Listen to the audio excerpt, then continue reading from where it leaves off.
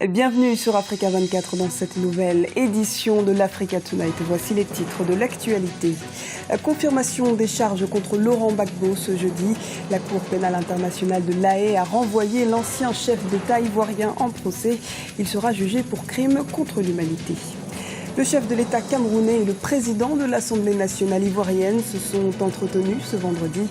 Plusieurs points essentiels ont été abordés lors de cette audience, dont les thèmes de la paix et la sécurité et le renforcement des liens entre les deux pays. Et en fin d'édition, un mot de sport à la fin de ce journal. Focus sur la 20e édition du mondial de football au Brésil. Nous reviendrons sur les résultats des tout premiers matchs de cette compétition. En Côte d'Ivoire, c'était une annonce très attendue. La confirmation des charges qui pèsent contre Laurent Gbagbo par la Cour pénale internationale a bel et bien eu lieu ce jeudi. La Cour de La Haye a donc renvoyé l'ancien chef d'État ivoirien en procès devant une chambre de première instance. Les explications d'Amira Benjabala Jean-Pierre. Confirmation par la Cour pénale internationale des charges qui pèsent contre Laurent Gbagbo. Une centaine de témoignages, des milliers de documents, du matériel audio et vidéo. Ce sont les éléments de preuve soumis au juge de la Cour pénale internationale dans l'affaire Laurent Gbagbo. Des preuves suffisantes selon eux pour justifier la tenue d'un procès. Une décision saluée par le RDR, le parti au pouvoir. Nous nous réjouissons de cette décision de la Cour pénale internationale qui met fin à toutes les supputations relatives à l'impunité. C'est ça qui est notre préoccupation majeure. À noter qu'au début de l'année 2013, la procureure de la CPI, Fatou Bensouda, avait une première fois présenté les éléments de preuve dont elle disposait contre Laurent Gbagbo. Des éléments insuffisants selon la chambre préliminaire qui avait accordé un nouveau délai à la procureure pour apporter des preuves supplémentaires. Une des démonstrations de la partialité de la CPI selon les partisans de Laurent Gbagbo. Gbagbo va en jugement en dépit de la faiblesse du dossier. Et tous les techniciens seront un peu tristes de ce fait. Un procureur qui normalement instruit à charge et à décharge, qui n'a pas réussi l'exercice de charger le dossier suffisamment et à qui, de façon inhabituelle, la Cour donne comme une sorte de sursis pour aller chercher de quoi charger davantage le dossier, qui revient avec des pièces qu'on n'a pas vues. On a tout entendu dans ce procès. Malgré la déception des partisans de Laurent Gbagbo après l'annonce de la CPI, ses avocats restent confiants et espèrent que l'ouverture de ce procès permettra de démontrer que le dossier de la procureure est vide. Rencontre entre le président Paul Biya et Guillaume Soro ce vendredi. Le chef de l'État camerounais et le président de l'Assemblée nationale ivoirienne se sont entretenus au Cameroun. Plusieurs points ont été au menu de cette audience, dont la problématique du terrorisme, mais aussi la place de l'Afrique dans la géopolitique planétaire. Une visite en tous les cas fructive, selon Guillaume Soro. Je venais au Cameroun avec quelques appréhensions, puisque la presse, les médias avaient fait état de ce que je serais la malvenue. Mais le déroulement de cette visite, l'empressement, l'attention soutenue des plus hautes autorités de ce pays me touche et convaincu de l'excellence des relations entre la Côte d'Ivoire et le Cameroun. La campagne électorale bat son plein en Mauritanie. Les 5 candidats à la magistrature suprême sillonnent le pays. Parmi eux, le président sortant et candidat à sa propre succession, Mohamed Ould Abdelaziz. Il était en campagne ce jeudi à Nouakchott, la capitale. Son bilan, la démocratie et la jeunesse, étaient au cœur des discussions. Reportage de Franck Noudofina, notre correspondant en Mauritanie. Premier meeting du candidat de l'Union pour la République parti au pouvoir à Nouakchott, la capitale politique. Dans le cadre de la campagne électorale pour la présidentielle qui a démarré il y a une semaine, Mohamed Ould Abdelaziz, candidat à sa propre succession, s'est adressé ce jeudi à la jeunesse. Devant ses militants et sympathisants, le candidat a défendu son bilan. Il a également rappelé la place qu'occupent aujourd'hui les jeunes dans son programme de société.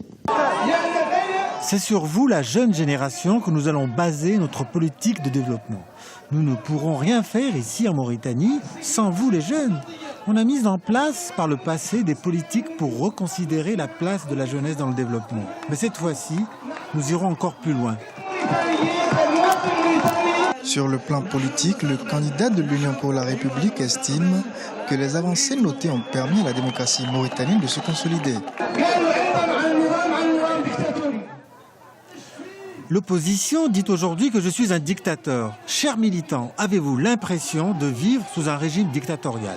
C'est sous ma présidence ici en Mauritanie que la liberté d'expression a été la plus vive.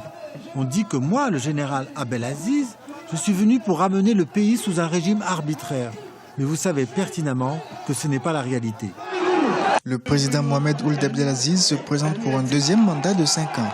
Face à lui, pour le scrutin du 21 juin, 4 autres candidats. Le pré-forum africain sur l'eau et l'assainissement, dénommé Africa Water Forum 2014, s'est ouvert ce jeudi à Ouagadougou, au Burkina Faso. Il s'agit ici d'harmoniser les points de vue du continent en prélude au 7e Forum mondial de l'eau prévu l'année prochaine en Corée du Sud. Durant 3 jours, plus de 400 participants débattront sur les enjeux de l'eau et de l'assainissement. Une partie de la Libye fait face à une importante pénurie d'essence. Certains habitants ont dû déserter leur lieu de travail, alors que d'autres dorment dans des stations essence dans l'espoir de pouvoir s'approvisionner, comme nous l'explique Erika Ouraga. Tripoli, la capitale libyenne, est paralysée par une rupture d'approvisionnement en carburant. Les files d'attente devant les stations d'essence de la capitale étaient longues jeudi 12 juin. Des automobilistes alignaient même leurs véhicules sur 2 à 3 kilomètres. La Libye est à nouveau confrontée à des crises d'approvisionnement en essence. Pour la plupart des résidents, cette pénurie pourrait être liée aux dispositions sécuritaires mises en place pour les prochaines élections législatives dans le pays.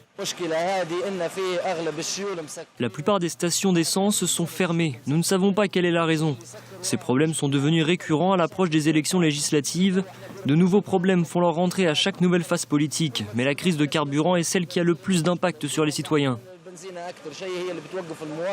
Selon les autorités, la crise de carburant serait due au cambriolage dont ont été victimes plusieurs stations d'essence durant ces dernières semaines. Pour assurer l'approvisionnement de Tripoli, le gouvernement a déplacé sa production pétrolière onshore vers la raffinerie de Zaouïa à l'ouest de la Libye. Les autorités parlent de crise de carburant en Libye, mais je ne comprends pas pourquoi le carburant est disponible dans d'autres régions du pays. La crise de carburant serait également liée aux différents mouvements de protestation qui ont lieu depuis 10 mois dans le pays. Selon les autorités, les manifestations auraient réduit la production de pétrole à moins de 200 000 barils par jour, des pertes estimées à 30 milliards de dollars. Le match d'ouverture de la Coupe du Monde de football 2014 au Brésil a livré son verdict ce jeudi soir. Paris gagné pour les Brésiliens avec un premier succès face à la Croatie, 3-1. La rencontre Italie-Angleterre de ce samedi est elle aussi très attendue. L'analyse de ces différents matchs avec Erika Ouraga. La grand-messe du football mondial a démarré ce jeudi 12 juin.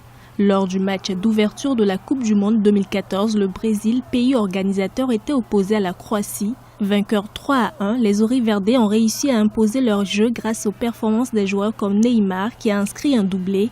La journaliste Siani Dalma fait le point de cette première rencontre. Le Brésil a des individualités très fortes comme Neymar, Oscar. C'est pas forcément une bonne chose que ces individualités cherchent à faire la différence toutes seules. Je trouve que la Croatie a joué plus collectif, alors que le Brésil a souvent essayé de faire la différence tout seul, notamment par Neymar, qui effectivement met un doublé, mais Neymar, on l'a vu souvent essayer de faire la différence tout seul, partir seul dans des dribbles. Autre temps fort des phases de poule du mondial brésilien, le match Angleterre-Italie.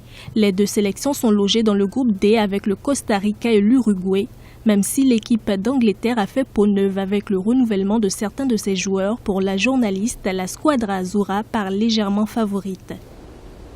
Je pense que l'Italie part peut-être avec un petit avantage. Si Prandelli arrive à surfer sur ce qu'ils ont fait pendant l'Euro 2012, je pense qu'il y a possibilité d'aller très très loin avec cette équipe qui a vraiment son mot à dire pour moi dans cette Coupe du Monde. L'Angleterre, c'est vrai qu'il y a un renouvellement, risque d'avoir un peu plus de mal. Peut-être que Roy Hodgson voit plus à long terme, peut-être pour l'Euro 2016. Les avis restent partagés sur la question. Pour d'autres spécialistes du football, l'équipe des Three Lions pourrait sortir le grand jeu lors de cette compétition en comptant sur des joueurs tels que Wayne Rooney, qui toutefois n'a pas encore marqué lors d'une Coupe du Monde.